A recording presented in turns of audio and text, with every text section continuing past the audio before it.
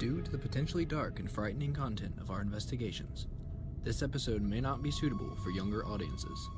Viewer discretion is advised. Ghosts, spirits, demons. What are these entities? What do they want? And why are they here? My paranormal investigation crew's goal is to answer these questions and others like them. Who are you? Questions we've been asking for centuries. Why are you here? We've assembled a crew of the most dedicated enthusiasts in the area to capture evidence of these entities. What we find might be disturbing, dangerous even, but we are prepared for the journey ahead of us. The question is, are you prepared to take this journey with us? It's midnight. Follow me into the darkness, guided only by Midnight's Light. This is Midnight's Light Paranormal. The city of Eaton was established in 1806, and since then has had a very long and interesting history.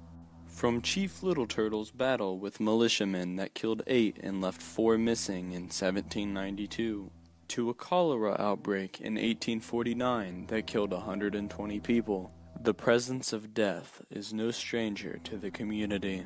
Some people traveled to Eaton originally for sulfur water, which was said to have medicinal curatives.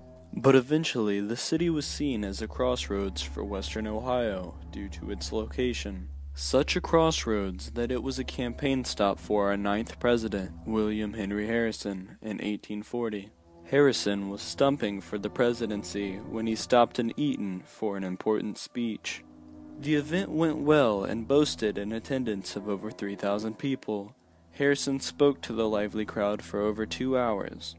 During his time in Eaton, the 9th president stayed in the house of Lucinda Van Ausdal Donohoe, the daughter of Harrison's longtime friend, Cornelius Van Ausdal. He stayed there for 2 nights in the upstairs bedroom. The Van Ausdal Donohoe house still stands to this day in downtown Eaton. Built in the 1830s, this building has held a variety of purposes, from a law office to a restaurant known as Miss Wagner's Colonial Kitchen. Today it serves as a local history museum that is being renovated by the Gade family. With such a unique connection to history, it comes as no surprise that the Gade family, as well as many others, have had what seems to be an endless stream of paranormal experiences. We spoke with the owner of the building, Rick Gade, and his son Ryan about these experiences, as well as some of the historic items that the museum houses. Alright, now I understand that you guys have a bunch of artifacts, and can you tell me a little bit about some of these artifacts that you guys have found here? This is like a envelope chair from the 1870s. It was found in the corner of the attic. We think Mary Donohoe. We think she might have been special needs because it would have been unusual at the time for her to she never left the house from the time she was young until she died. I think she was in her 70s or 80s. Did she die in this house? And she died in this house as well. Oh wow, do you guys know how many was never married either. Died in this house? I would say at least Mary, Mrs. Wagner that owns the restaurant, she lived upstairs. Mm-hmm. And I would say Lucinda was the lady of the house, Joseph, and I'm guessing, I think there was a couple of children that never made it to adulthood that passed as well. So that's at least who we know of. Okay, and it could be more. Could be more. One of the artifacts we found was this little American flag. It has a star design. It's a Civil War era flag. Oh wow. Different design. We found these were all up in the attic is where we found them. Senator John Magruder, he was a Confederate. This is his card here.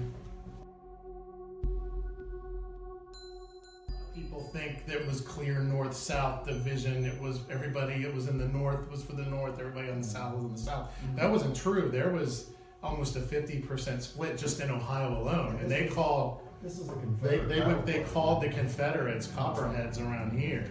Oh wow. That was so it wasn't like it was just split. It was so who knows, what emotions are involved just with the Civil War and stuff. And then we found it in the other room over there in the glass case, there's a powder horn as well, which I'm assuming that is from the Civil War as well. This is a postcard of when this was Mrs. Wagner's kitchen in the from 1936 to 1966. Wow, that's awesome. And then this is another. This is that other room in there. That would have been the where people would have. That would have been been part received, of the the receiving area. Okay, yeah. People would have. But she hosted parties. At one time, these buildings were connected, so probably maybe the drugstore was part over there and here, and the dining room and the restaurant. We then move upstairs to see the two most interesting rooms in the building. Was this the room where William Henry Harrison stayed in? Yes, and we have documentation of that. And actually, they had documented it so well that the bed would have been right over in this corner right behind the door, right in this area here where he would have stayed. Oh, wow. Okay, so what's the significance of this room to you guys? This room here was probably the most haunted room. Yes, I don't know if this is where the children stayed at or somebody, or most of the people that passed away stayed, but this is the room where the majority of the activity takes place in here. We were in here, this was in broad daylight, and we're just looking around. We had this open, and it was like, I looked at my sister, she looked at me, because we were looking at the inside the cupboard here, and it was like, almost like at the same time we said, what is that? And there was this fog in this, and it was in this shelf here, and it was like a mist that was just right here, and it was almost like it was moving, and it wasn't like it was a light anomaly coming through the window or anything. And then I captured it on my phone, and it almost looked like it was 3D. It wasn't like it was like the light would bend over, like say it would bend on the shelf here. It was like It had substance. Substance to it. We found a lot of artifacts up above. There's a wall here where you can look down.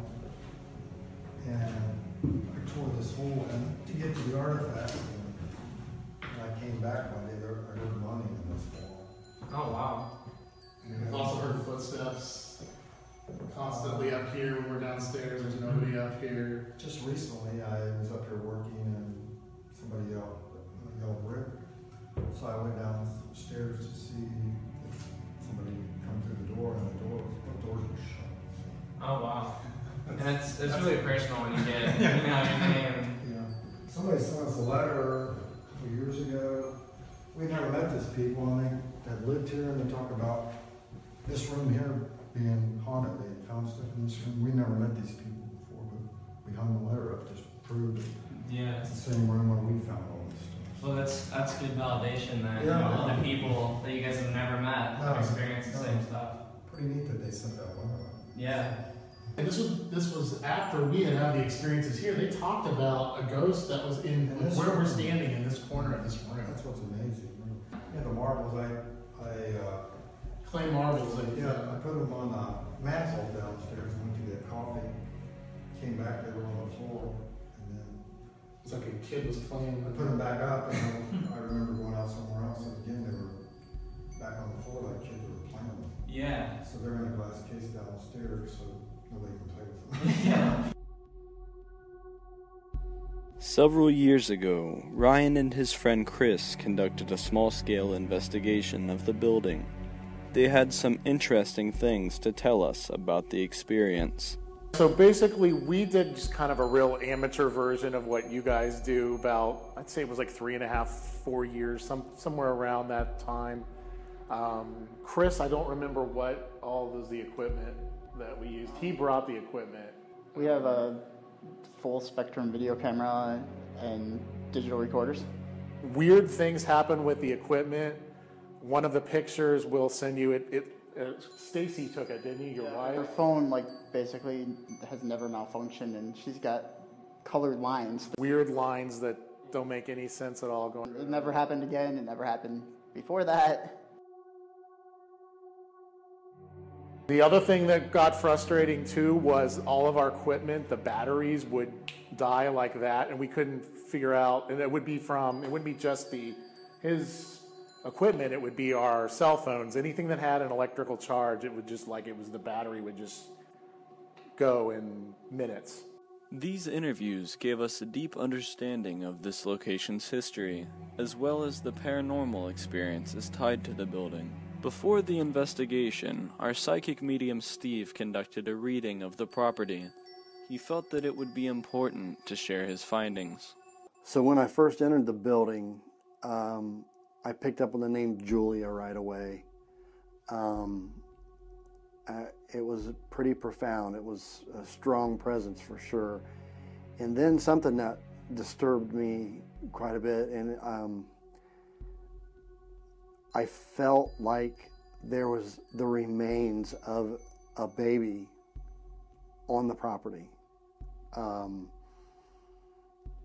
could, and I feel like the baby's death, maybe the baby was born premature, maybe it was a stillborn baby.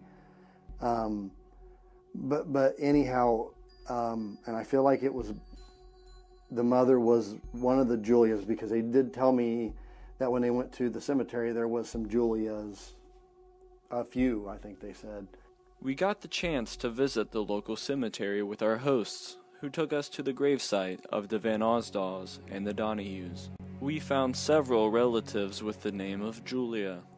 I believe that that was the mother of this baby, and somehow this baby's death shook this woman so bad. It was devastating to her, and I think that's what, that energy is why this it's so active there. That location is very active, so I think that has something to do with it. After it's all said and done, the one thing that bothers me the most, that is just a little disturbing to me, is the fact that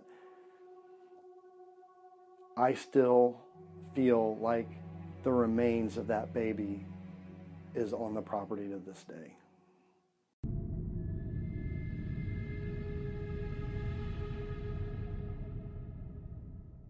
Our guest investigator for this investigation is Courtney Mobley.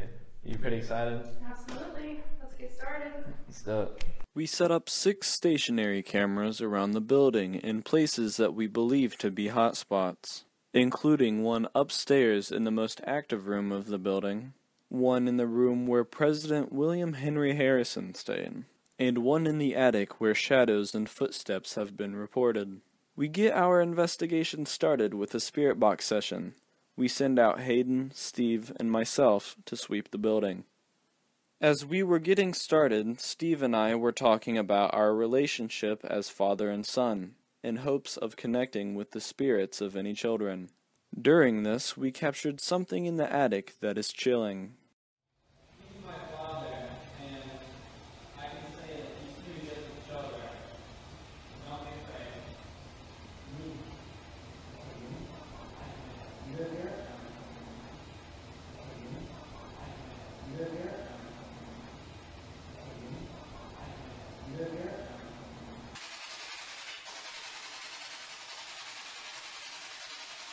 I can tell you're trying to use this.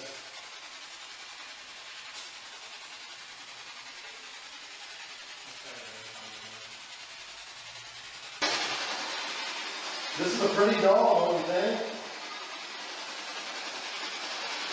That was a child, I think. Do you like this doll? This is a pretty doll, don't you think? This is a pretty doll, don't you think? Steve then passes the spirit box to Hayden. This isn't recording anymore. I'm gonna forget it. Now it's talking. Now it's talking. This isn't recording anymore. I'm gonna forget it. Dave, you live here?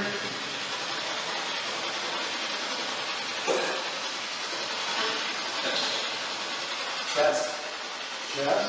You just coughed. Oh my gosh, you're right. Cough.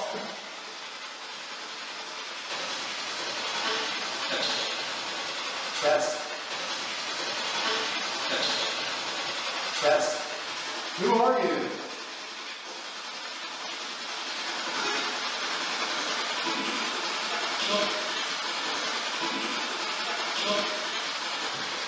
Try to give us one-word answers. Why? Why? It's easier for us to hear you if you use just one or two words.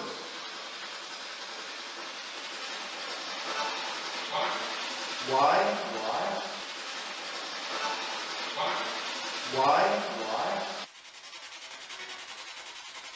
How, What is that?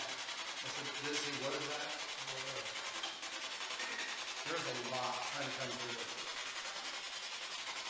how, What is that?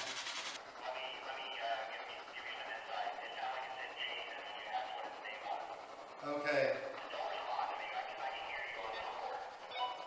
It's talking.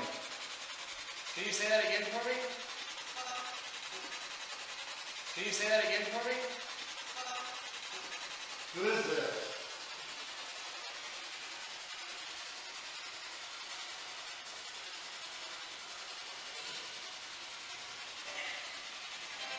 Now that was a clear voice. If you listen closely, it sounds as if the name Harrison comes across in two sections. Now that was a clear voice. Now that was a clear voice.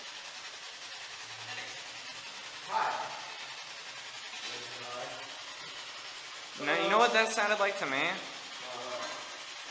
Sounded like attic to me. I don't know why. Chuck.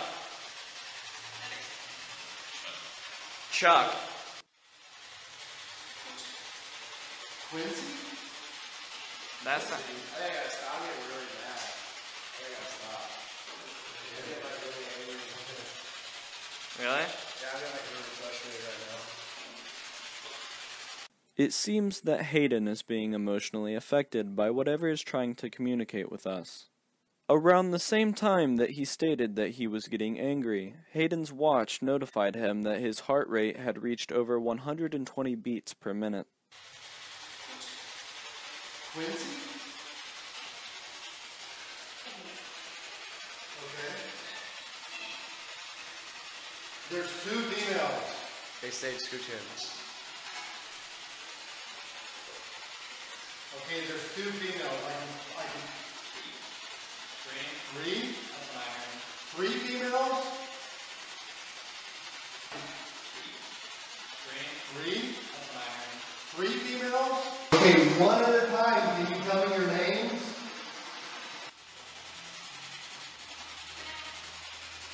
Beth? That's what I heard. Okay, Beth. Okay, and who else? Say that again.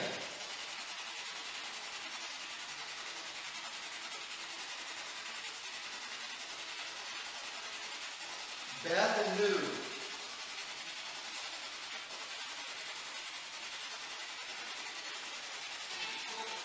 April? Did you say April? I can, yeah. Did you say April? Beth? That's what I heard. April? We then take our spirit box session to the attic. Okay, here I go.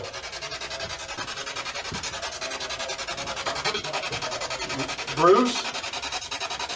Hey, it said Bruce. This response is compelling to us because William Bruce was the founder of Eaton and was said to have ties with the Van Ausdal Donohoe families.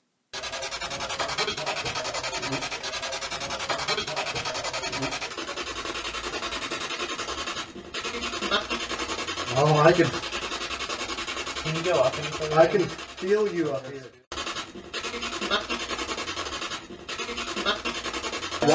Why are you in this attic?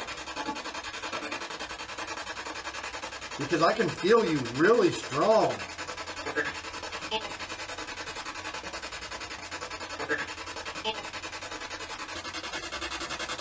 Did your baby die here?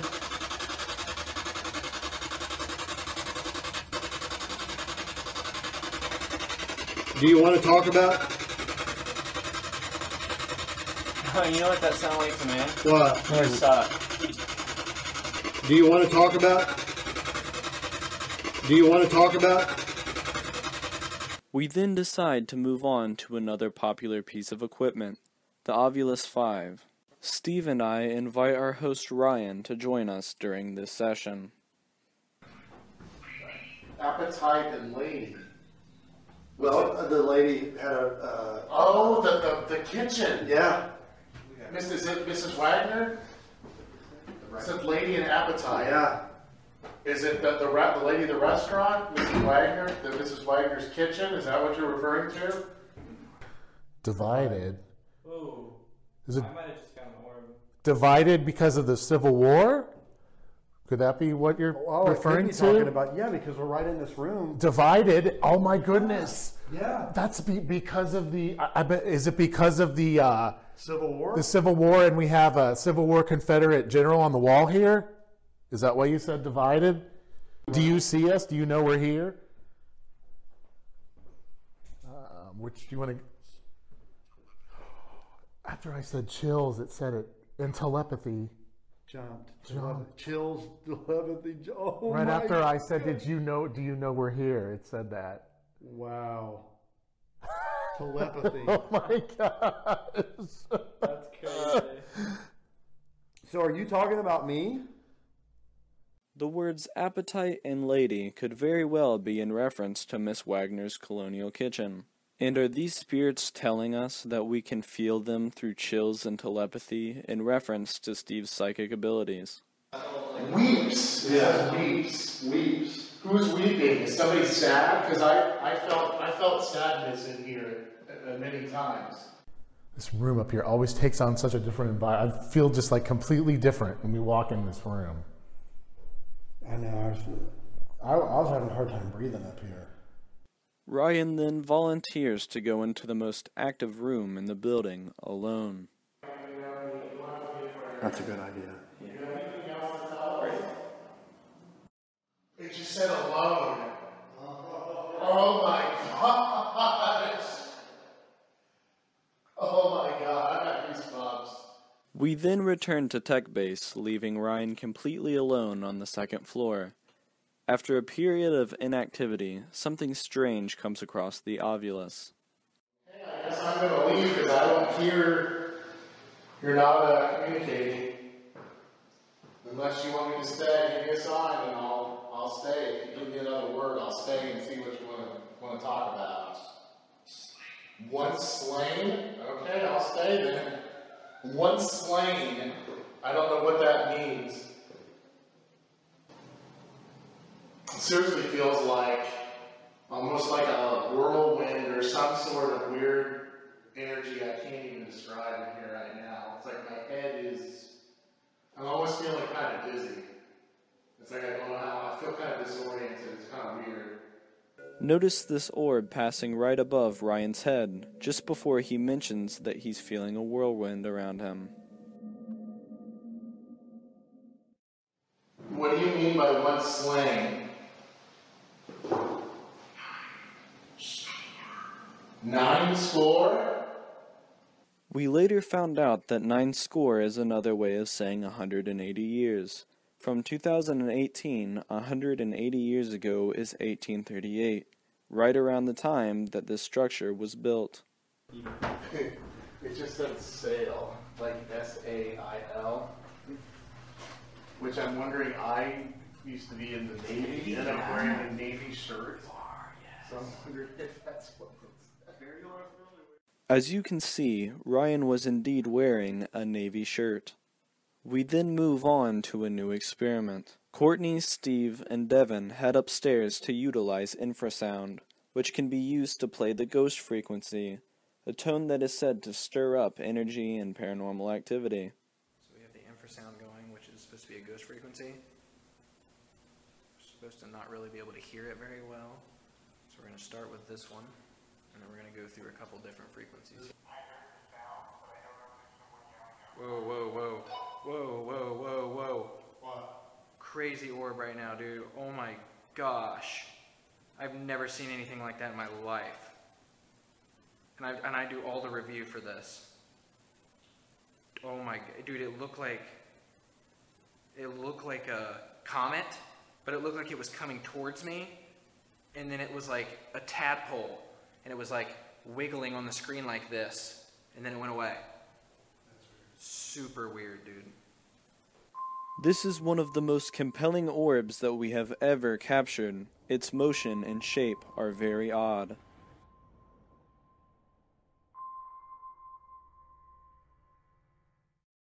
Alright, 40 hertz.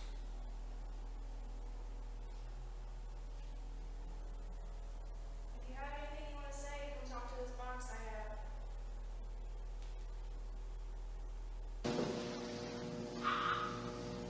So tell me something about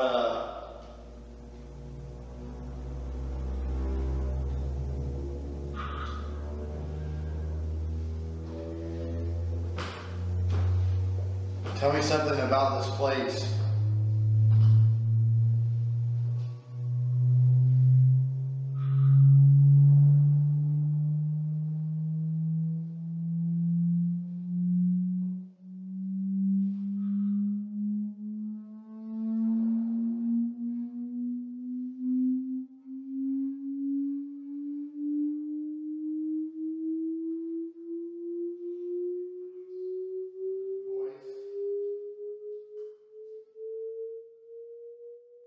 During our infrasound experiment, we also took some full spectrum still shots, and we took a couple of interesting photos.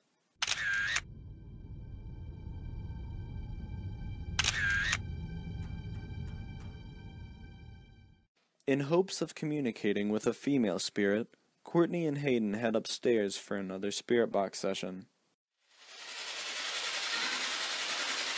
There you go. Say hi.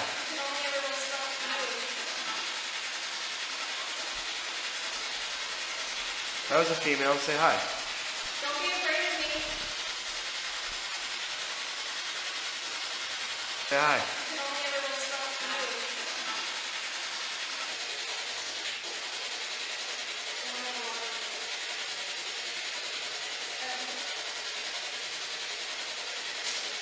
This is the third person to be emotionally affected upstairs. First it was Hayden, then Ryan, and now Courtney. Shortly after this, we captured another extremely odd orb in the next room. I also have a cool device over here, this red light. This orb is shaped like a heart and is not a bug due to its motion and lack of wing movement. Hayden then decides to take on the spirit box once again. One of you make my heart rate go up and make me angry inside? Is that one of you guys? It sounded like a yes. It sounded like a yes. It sounded like a yes. Was there any reason that you decided to do that? Were you just having fun playing a prank on me?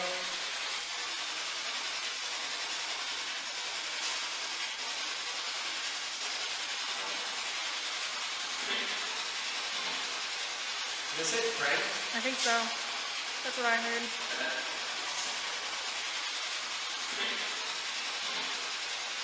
Do any of you know my name?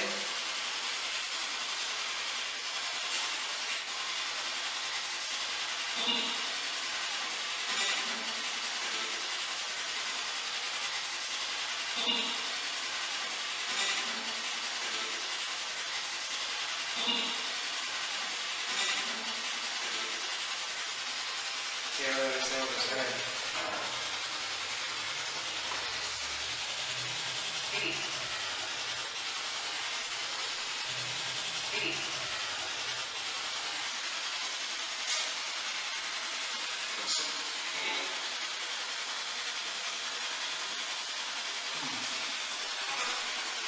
Astonishingly, the question, "What's up, Hayden?" comes across 2 times during the same session.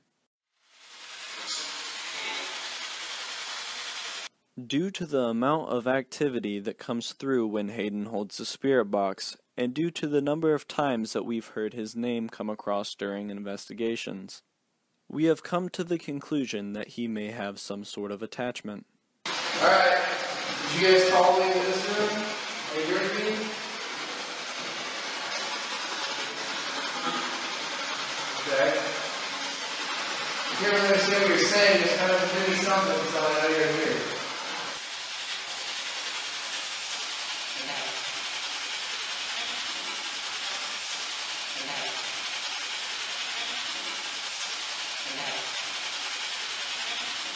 They head back downstairs to get ready for our next piece of equipment, the 3D camera.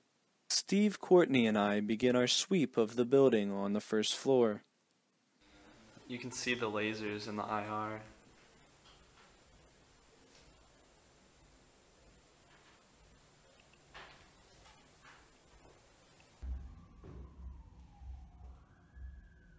Oh, there. Hey. I see you now. What are you doing? Oh, there's another one. There's a smaller one. Well, okay. That must have scared him. I saw you. Oh, there you are. There you are. There you are. Hey. Oh, it's okay. Come back. I want to see you. Definitely a child. Come on back. Come on. Yeah, there you are. Hi. Wave at me. What are you doing? Oh, there's two. Oh, okay. It's a child and another. What's going on here? What are you doing? Hi. Are you? Oh, there's the one waving. So there's a child and an adult. I wonder if he's trying to like protect the child. It could be. Yeah. It's okay. I see you. We just wanted to see you. It's okay.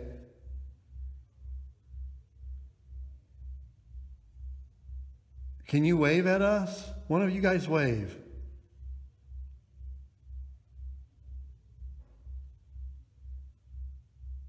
Can one of you guys wave at us?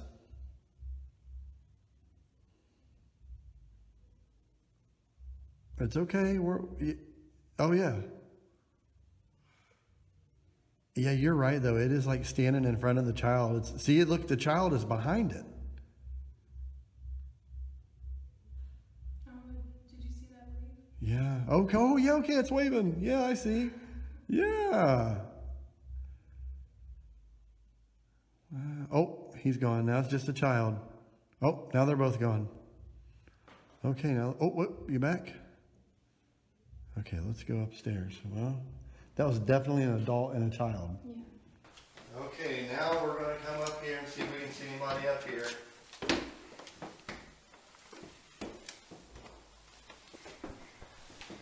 Okay. Oh, hey. Yeah. I don't know. That's weird. What are you? Yeah. What are you doing? Can you come down off of the wall?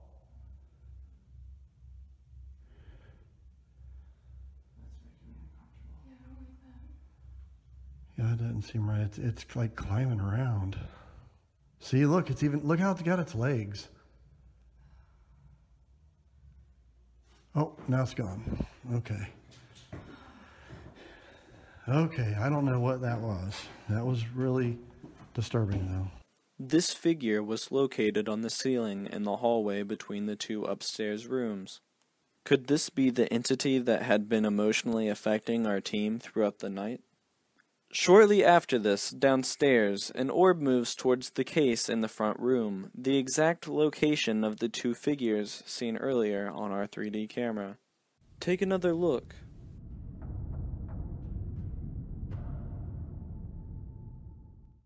Hayden and I decide to try an EVP session in the active room. Although we didn't get any evidence, we did receive a show from the bar across the street.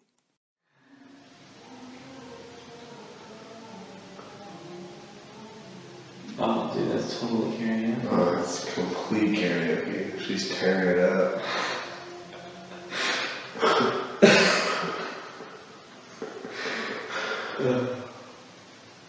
Before we wrapped up our investigation, Steve wanted to conduct one last spirit box session, this time by himself.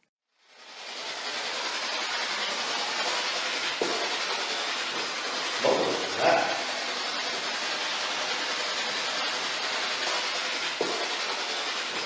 What was that?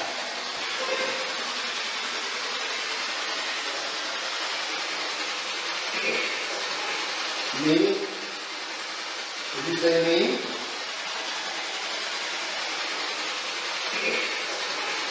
Me? Did you say goodbye to me? Goodbye.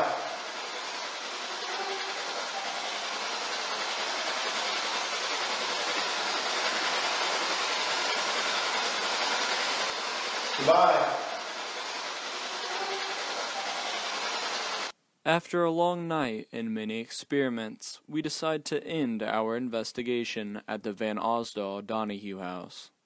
This investigation left its mark on us, both emotionally and spiritually.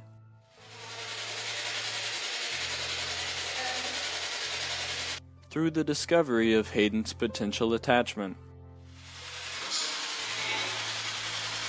and through the emotional disturbances, it was clear that something was trying to communicate with us. The question is, who? Always remember, when there's rich history, there's likely to be paranormal activity. Once slain? Okay, I'll stay then. Once slain. So the next time you visit a historic building or museum, pay close attention, because you never know what may be calling it home.